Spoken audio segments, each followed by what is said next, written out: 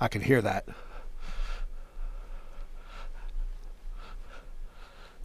And they can hear it all, what they can hear us. Okay. Good evening, Alexandria. I'm David McClure, and this is ZTV Live, episode 44 on Friday afternoon, Friday evening. How's everybody doing? The weather looked like it was opening up a little bit outside, but I'm not counting on it. I don't know that I'm going to get a bike ride in tomorrow, but we can hope. So anyway, thank you for coming, and again, to those of you who've been with us before, thanks for returning, and for you new viewers, welcome, and I'm glad that you're joining us. So we should have a nice Friday night chat tonight, and one of our favorites, Susan Mulligan Fleischman, will be interviewing Robin Arnold. But I had to reduce Susan's name in the captions because the Susan Mulligan Fleischman was so big, it was pushing out the captions for her guest, and we all thought that was kind of rude. So I shortened it down. I shortened it down to Susan Fleischman. But we may have our marketing and advertising department play with that and figure out the best way for us to take care of that. We have a team working on that. So anyway, before we get to the show, let me just bring up a couple of friendly news bits. So a nice piece of news. Is that the scholarship fund that works through T.C. Williams awarded one of their seniors a $40,000 four-year scholarship, and that is, I believe, out of Senator Kane's. Senator Kane is associated with that, and he and Mrs. Kane led that. And I believe the underlying foundation was formed through the senator's wife's family to support education in the area. And you can read the details in that story in thezebra.org, and I'll be dropping the URL for that. But that's quite impressive, and it has made a huge difference in her life. And her name is, let's see here. Well, anyway, it's going to make all the difference in the world for this young woman. So go read that story, and you can see how the Alexandria community, I guess writ large, really supports the students and the other people in the community, and I think that's great.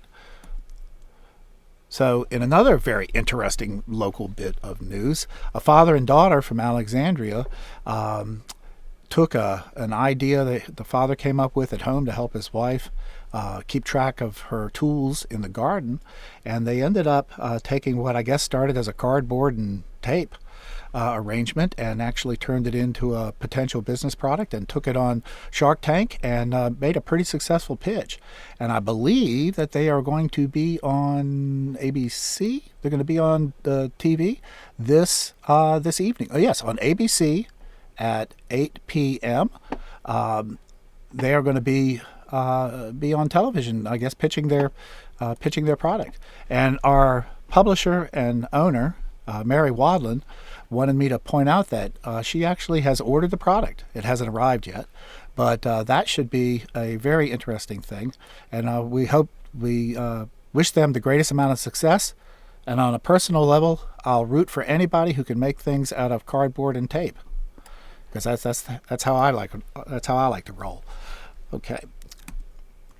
So, and then finally in the news bits, and this is a bit of civic news, and it's really important. The Alexandria Library is going to be hosting a virtual census information session, and it is, I guess, run by and spearheaded by Councilman Canuck Aguirre. And you can go to thezebra.org, and I will also put in the URL that for Alexandria Library where you can go and register to take part in that session. So that will be happening tomorrow, I think from 3 to 5, but go check that out. And it'll be a Zoom conference, but you will just be basically commenting in the comment page, like I'm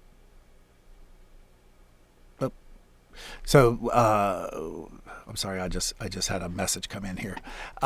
So go there and sign up for it, and you can take part in the Zoom conference. And just like you we hope our viewers here tonight are going to leave us lots of comments in the comment section. You can submit your comments to the session through Zoom, and it's very important for everybody in Alexandria to respond to the census. I've already done so, and it really was very easy. Didn't take any time at all. And but there's a lot of money on the line for that. And as I read the article, for every 1% of the population that fails to sign up in the census, Alexandria loses $1.8 million over a 4-year period. So we're starting, or 10-year period. So we're talking about some serious money here. So again, it's really part of our civic duty, like voting and so forth. The census is essential to the regular governance of the country. So I definitely encourage everybody to go out and take care of that. I was listening to Mayor Wilson's living room briefing that he's giving, I think, every Thursday night on the state of affairs during the state of affairs during the COVID situation, and he's constantly talking in great detail about what the city is able to do and is not able to do. And of course, a lot of that is driven by money, and a lot of that is driven by budgets, and driven by other long-term processes. And the census is an important part in making that happen. So please go out and take a look at that. So let me see. I have a message here that I need to make a correction in the earlier story that I did. So let me take a look here.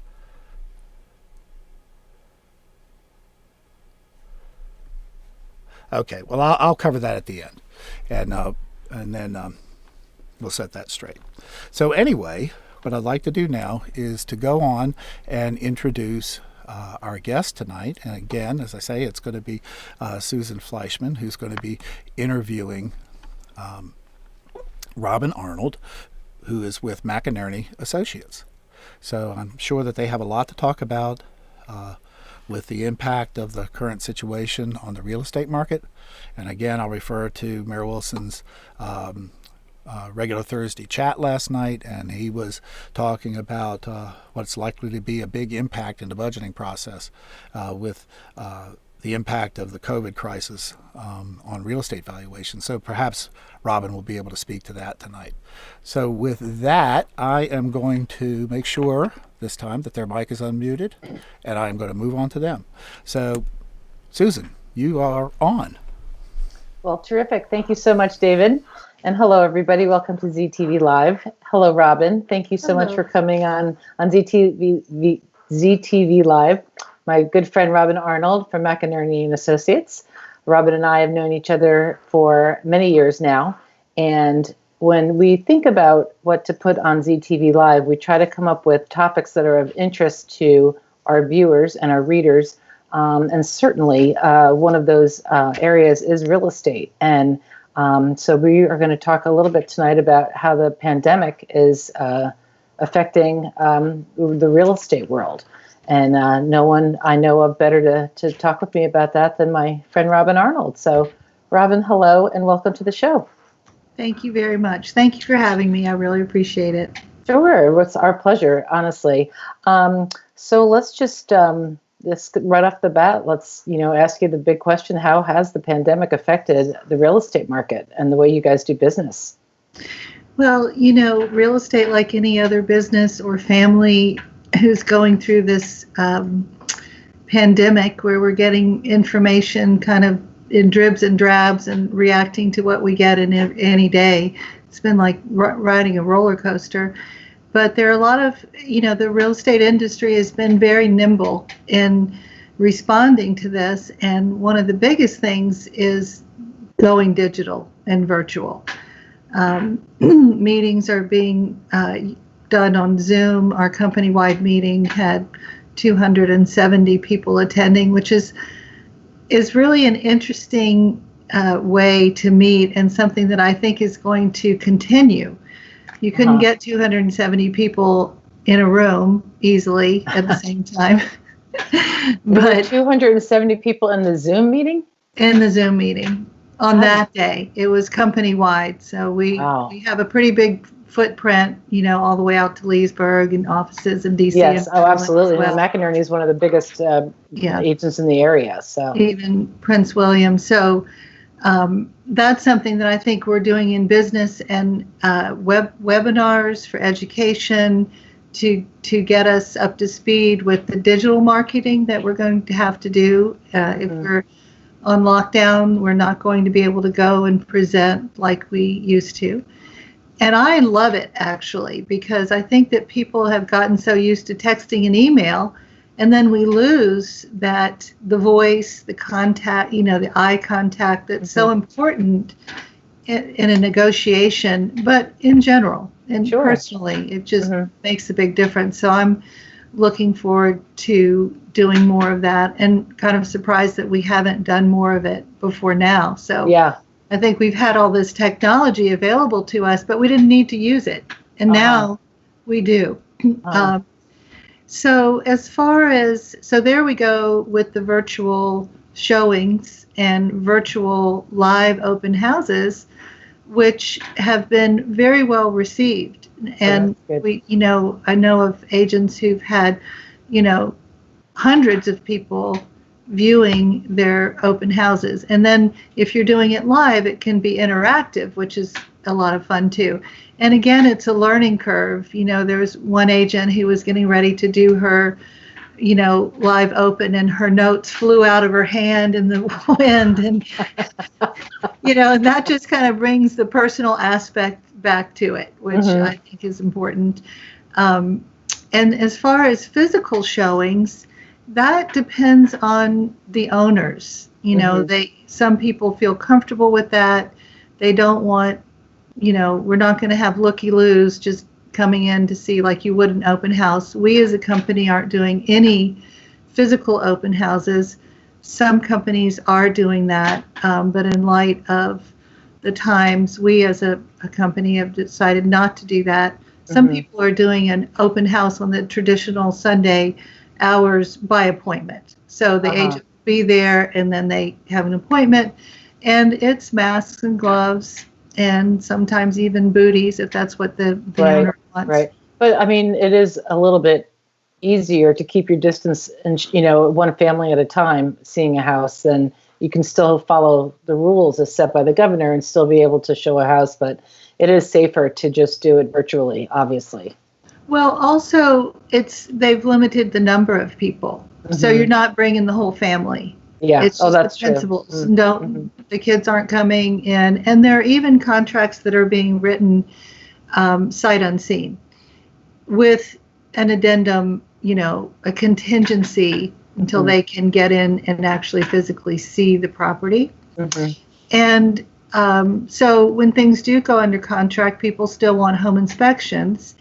And now the inspectors, a lot of inspectors have changed their policy, so they go no clients at all. But they can do videos, and they always, do have lots of pictures and reports. But in some cases, the agent is there. But in other cases, if the seller's okay with it, they just let the licensed professional go through and do what they need to do.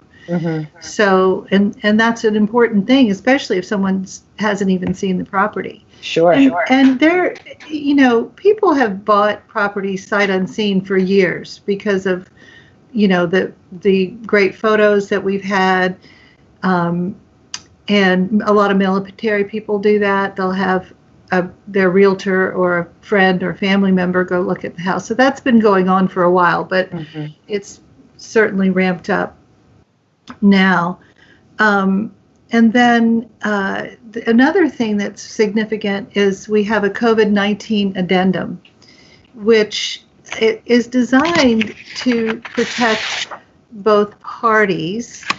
But I want to read this to you because it's so interesting that they have kind of covered the gamut in saying that this is the unforeseeable event. And it not only includes epidemics and pandemics, but quarantines, governmental declarations of emergency, closing of delays of related government and business services, such as land records, lenders, title, escrow.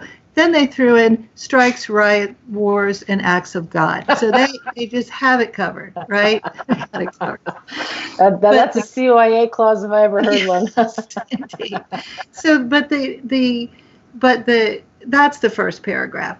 But what we're really using it for is to protect buyer and seller if something happens and the settlement is delayed, so that you're not in default. Because per the contract, if the buyer doesn't come to settlement on the day on or before, they're in default. And so that is the spirit that it was intended. Right. And so that's become a contingency, but it's also really important for people to keep their financing contingencies in play right up until settlement, because you just don't know if you lose your job. Right. Things happen. And then appraisals, it's interesting there. The appraisals contingencies are usually about 21 days, and that should do it for a 30-day settlement. And most lenders can still perform in 30 days. Some lenders are asking for 45 to 60 days, but our local lenders have really ramped up and gotten up to speed pretty quickly. So it's normal on that range. The title companies are doing more virtually as well, but in the state of Virginia, it's a wet settlement. We need wet signatures on some of the documents. Some of them can be done through DocuSign, but the buyers do have to come in and have their wet signature there. And how does that work? Do you take turns or at either end of the table and just, everybody keeps their distance in a conference room? Yes. So the principles go, you don't have buyers and sellers sitting down at the tables, or even the agents. The agents aren't going to the settlements right now either. Which again is kind of something that we all look forward to. Yeah, sure. That personal touch, shaking hands, telling stories, right. Handing over the keys, the bottle of champagne. Sure, so, it's the climactic event of the whole sale, and your new home. And, so the champagne gets delivered to the house after, or left in the fridge, or whatever, wiped down, of course, with alcohol. Okay, good. So those Thank God the champagne is still there. Yeah. And then another thing that we were concerned about a month ago, and remember, we're just responding as quickly as we can to what news we get every day, whatever the new guideline is every day. So a month ago, I put a couple of listings on the market, and I put them on early. It was like a week early. I'm like, we got to hit this right now. This thing is coming like a tidal wave, and we have no idea what it's going to be. So we got things under contract quickly with shortened contingencies for home inspection and such. And then we worked to make the settlements happen more quickly, just to be safe, because we didn't know a month ago how nimble everyone would be, but it really, and then there were concerns as they talked about, closing the courthouses. Are we going to be able to record? You have to record the deed in order to disperse. So the title companies, the insurers came in and, were taking the risk in dispersing so that people could actually move in their houses and not wait for the funds to be dispersed. But it's been amazing. It's been really, really inspiring. It has. It's just you realize how many different touch points there are along the process of, between legal requirements and then, as you said, recording the deed with the courthouse. And so really that's it is smart, and the nimble ones are going to be the ones who survive, and the survival of the fittest, right? The survival of the nimblest.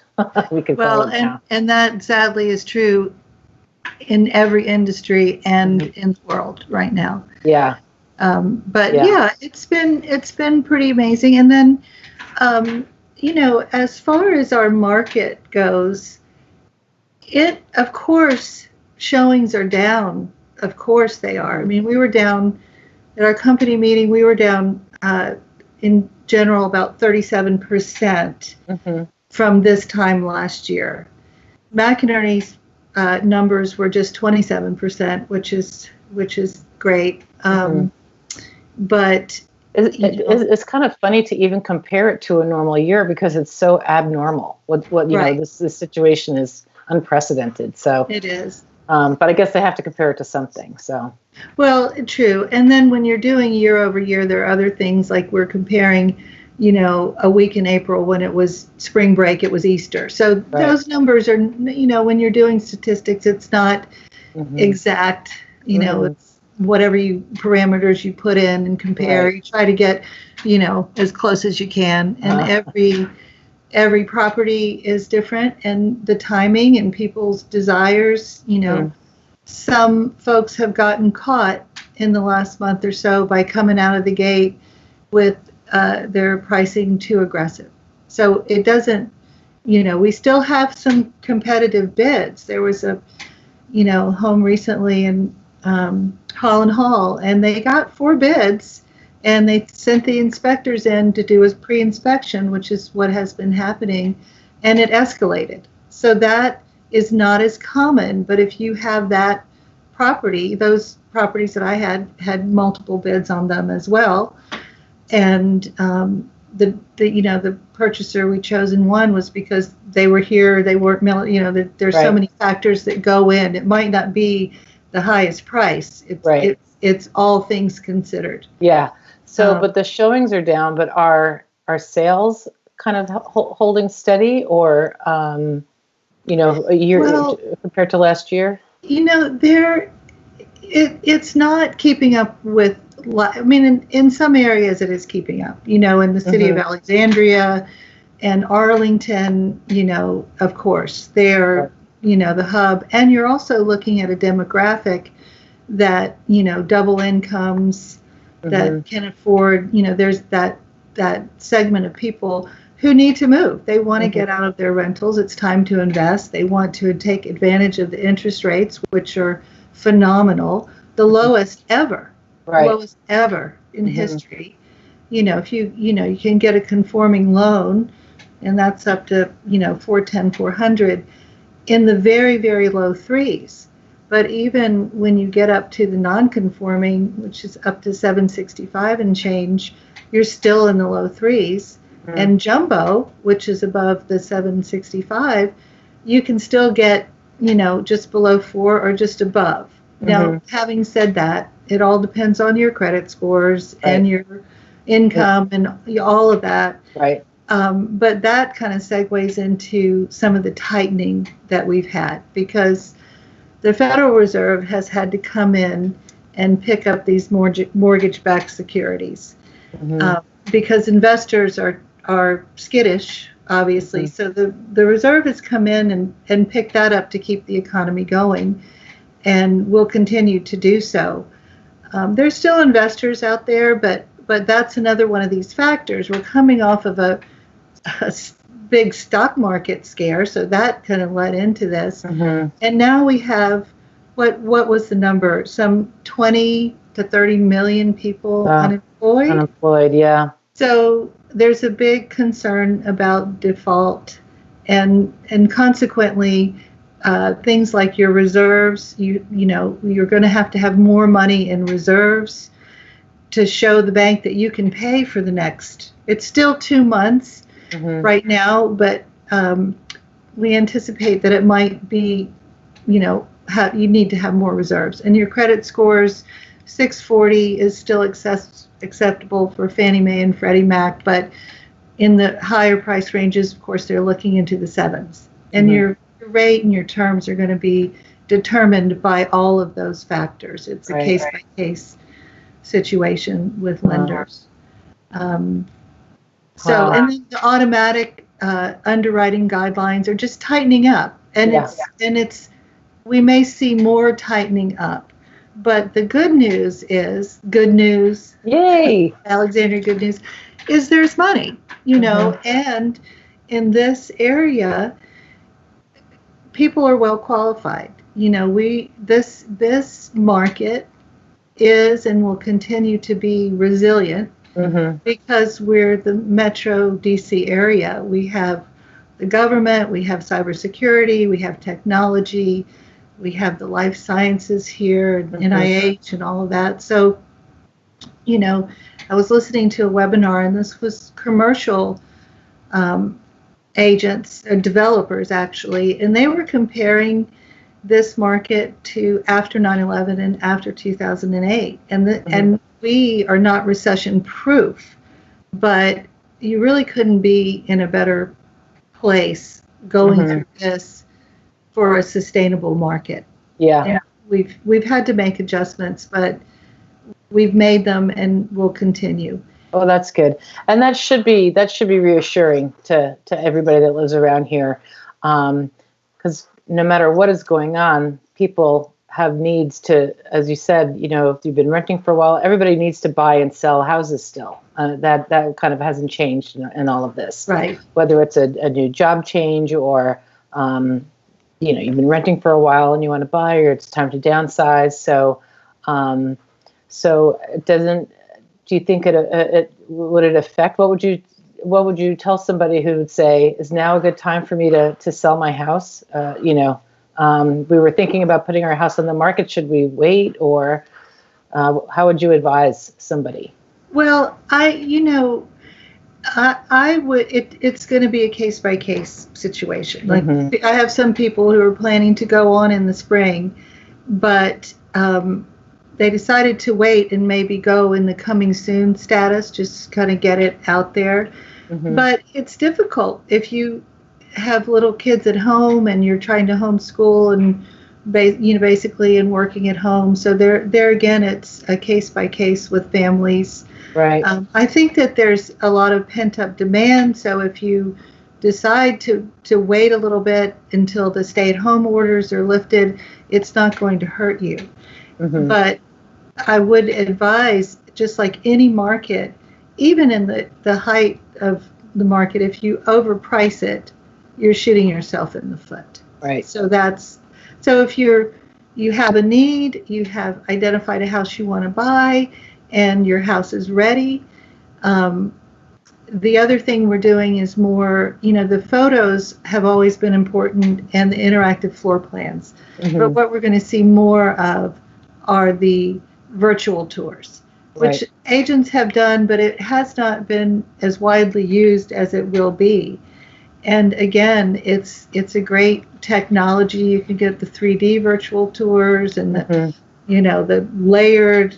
That's too much for me. I get the ones where you use the mouse. I kind of get stuck in the corner. Yeah. Where am I again? I'm in the closet. I can't help me. I can't get out. Right, but and that's actually a relief for the seller. So the mom that you just talked about, the one who's homeschooling her kids, or she has maybe a toddler and a couple of elementary school kids. If somebody wants to see the house, she doesn't have to scramble and get the kids out of the house and make sure the house is all picked up. It's it's a little bit of it's a stress reducer really for the seller. Yeah. I would imagine. So if you're thinking about going on the market, now's the time, since we all have time, to be maybe taking care of those deferred maintenance things. The tradespeople are still working and need, especially if it's outside painting or landscaping or things like that. It would be a good time. That's so polite, the deferred maintenance, instead of the problem you've been ignoring for 2 years. Yes, take care of that now. $20,000 worth of deferred maintenance here. That's a hard conversation. Yeah. But it is a good time, and we are, everybody is home, spending home and kind of looking around the house and, sprucing up. I've definitely been hitting the declutter path and trying to get my office cleaned up and rearranging things and seeing how it works a little bit better. So, it does feel good to have something to do like that. And speaking of which, and you probably get asked this often, but in terms of those home improvements, are there any home improvements that are kind of more worth it than others, or that get a better bang? Realizing that you should be doing home improvements for what you want, not only for resale, but it should be a small consideration when you are doing an improvement, right? Right. Well, everyone's looking for updated kitchens and bathrooms, always. You can do a bathroom and that is not as personal as a kitchen. But you have to understand, if you're doing it for resale, the question is, are you going to do a whole kitchen that you might love, but not everyone's going to love it? Mm-hmm. Or are you going to price the property for the condition it's in? So it's important to, fresh paint, clean windows, landscaping. Those are kind of the surface things. Mm-hmm. But I would be careful about putting a lot of money into a big renovation of a kitchen, for instance. Well, and especially if you're considering selling right away, right? Is that what you mean? I mean, if you're going to be there for another 10 years, you make the kitchen that you want. Yeah. Do what you want. Mm-hmm. So that, again, it's a kind of a case-by-case situation. I mean, someone could go in and you have cabinets that are dark and you can paint them white and put in some nice granite. That's, changing out sinks and fixtures and even doorknobs and light fixtures. Those are kind of the easier things to do. Mm-hmm. But again, I just never want everyone to feel like every house has to look like, that perfect all painted gray, staged perfectly. There's a buyer for every home. And again, it's about positioning yourself correctly in the market. And, when you walk through with your realtor, you can gauge, I try to gauge what their financial wherewithal is, what the timing is. And any kind of renovation is stressful and expensive. Yeah. But again, kitchens and baths, but you don't necessarily have to go, the whole shebang. You can get it up and running where someone will be attracted to it and know that they can make it their own down the road. Yep. And it sounds like you're also saying taking care of the outside of the house is as important as well. That curb appeal has a high value. Yeah, and that's all about the first impression. Mm-hmm. So it's first impressions on, of course, declutter. That's just simple. The basic things that you do to get your house on the market. Right. But so the first impression in pricing and presentation are critical. They've always been critical, but they're really critical right now. Yeah. Yeah. Do you see some of these new pandemic kind of born changes in terms of virtual virtual showings and virtual open houses? Do you see that staying in the industry moving forward, even after the restrictions begin to be lifted? I do. I think there are a lot of tools that we're discovering that we will continue to use. Mm-hmm. Not just in the real estate industry, but in all across the board. Yeah. Everybody's doing that, and I think in a large way enjoying it. We're communal creatures, so we're going to want to be able to get together, and we will in the future. But yes, we are discovering some really valuable tools. Yeah, that have actually been there. It's nothing new. I know it's been there, true. And now out of necessity, we're using them. Yeah. And now I think we're thankful for them. I mean, I'm thankful to be able to continue working. I mean, my personal situation work-wise has not really changed. I've been working from home for so long, but thank goodness that technology is where it's at, so a lot of people can continue to work. You feel terrible for the people who cannot. So for them, I really do hope there's some relief for them soon. And you did mention that we're in a resilient market, and that is, again, reassuring to hear. Do you have any insight or any musings on the crystal ball of our future, of what is coming down? Probably pretty hard to predict. I think that one thing that people are always interested in are interest rates. Mm-hmm. And the forecast is, and caveat, I'm not an economist, I'm not, but the interest rates will go up eventually, but not next year. And maybe, I think we're going to be in this 3, to 4, range. through the spring of next year for sure. Okay. But eventually, and will it be 2 years from now or 3 years from now? They will go up eventually. Yeah. Okay. Well, that's good. Well, I don't know. Is there anything else that you wanted to add to the conversation? Just stay well and safe, everyone. And stay positive. We're so lucky, most of us, to live here and have such strong community ties. Yeah. I just feel very fortunate, and I I'll look agree. forward to seeing everybody. We'll have a big party. Yes, we Like certainly all of will. Fortnite Road. It's like when we're released from quarantine. Can you imagine? Yeah, no, everybody watch out. And also don't drink too much. Don't you hear that all the time? Everyone's like liquor sales are up like it's something. Yeah. Well, they reopened the VABC has reopened 12 stores that they had closed. So Right. I guess, supply and demand. So anyway, Robin, thank you so much for your time. Although I'll ask David, were there any questions that may have come up in the chat at all on the Facebook? Well, no, actually, I all did cover. We I think. can't hear you. Well, Okay. hang on a second. You can't, but they can. I'll bring you guys on. I can't hear you. There we go. I know you can't hear me. I'm sorry. There you go. Okay, They sorry. can hear. They can hear me. So anyway, no, I think any questions that they had, you guys covered it, which is what I Okay. expected. You knew what you were trying to do. Yeah. And though I just wanted to add on the comment that Robin said there at the end. It was basically that we're fortunate to be in this community and everybody is kind of looking out for each other. And I moved into this community I don't know, about 5 years ago, and I've been Virginia, born and lived in Virginia my whole life, except for a brief fling in Adams Morgan, which was my big time in the big city. But that was part of the arc. That was part of the arc that brought me from Winchester over into Alexandria, and I really couldn't be happier being here. I could feel it here, and then it was pretty obvious, and from the very beginning, it was obvious that this is where I wanted to stay.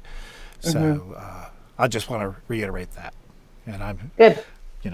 So I thank agree. you. I concur. Yes. Thank you, Robin, for coming on. Maybe you can come back when as things shift around. Thank you so much. I would love to come back. Okay. Terrific. See you next month. All right. Okay. Or the end of the month, 1st of June. We'll have new numbers by then. As a company, they'll pull the April statistics next week. So that will be interesting to see what the real numbers are in the various jurisdictions. Yeah. Well, if you need any other numbers, let me know. I'll just make up some because apparently I make up some facts, and after I send you off to the green room, I'm going to go do a mea culpa for screwing up on one of my stories. So, Okay. But anyway, I will see you back in our luxuriously appointed Skype green room in a few moments. Terrific. Thank you. Okay. Thank you so much, you guys. Okay. Bye-bye. Let's see. Let's make this thing go. Come on. Hang on. Button didn't work. All right. You guys are in the green room now, and I'm out here in the hot seat. So, yeah, that was a great interview. Very informative, enjoyable. I thought a lot of useful information there, and it certainly makes me feel better about how things are going. Although I have no intention of selling.